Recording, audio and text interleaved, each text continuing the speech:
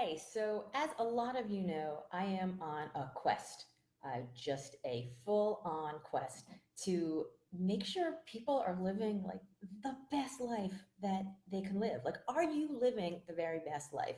Are you doing what you want to do, having the life that you want to have? Are you in alignment? Are you in flow? Are you consonant? How do you figure that out? Well, I have a theory that it starts by having calling. What is your calling? What are you here for? What do you want to do? You have to have some connection to that calling and some contribution to the way that that work allows you to reach that calling and some control over the connection and the contribution. And we're going to talk more and more and more and more about that. But it starts with calling.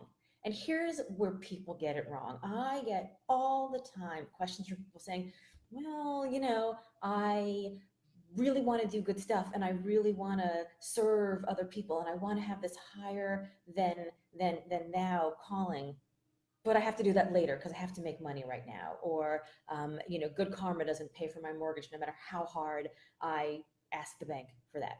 So here's where we get it wrong. So calling is not necessarily a holier than thou thing. It's not this bigger than life thing. It doesn't necessarily have to be something for other people. It has to be something for you. What do you care about? What do you want to get done? When the Pilgrims came to the United States and on the boat, literally on the boat on the way here, they got a sermon about the idea of charity. So the Pilgrims, the Puritans cared about two things. They cared about making money and freedom of religion. They wanted to go to heaven. So they came to this country, they figured out how to make a lot of money, and then they felt really guilty about it because, puritanical guilt is real, right? The struggle is real. And they were given a lecture by John Winthrop on the boat on the way to the United States, which said that if you do well, you have to do good.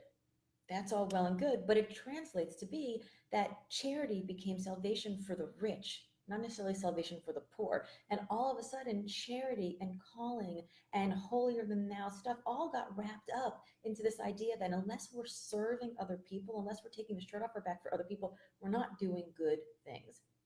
Now, I think it's really important for you to figure out a place in your life where you are serving other people, and don't start throwing tomatoes at me. I spent 20 years helping people find work in nonprofits, and I believe wholeheartedly that that is a phenomenal career path for some.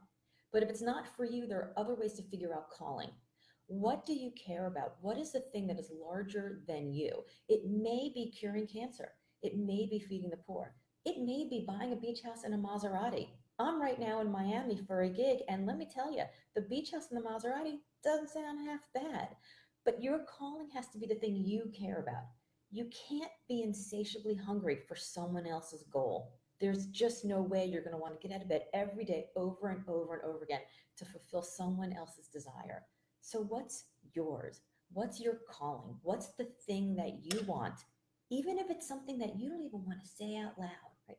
I believe deeply in reverence for that whispered dream, that thing that is so big and so exciting and so scary that you are willing to work your ass off for it. What's your calling? How are you going to have the kind of life that you want to live? Leave some comments here. I'd love to hear what you think.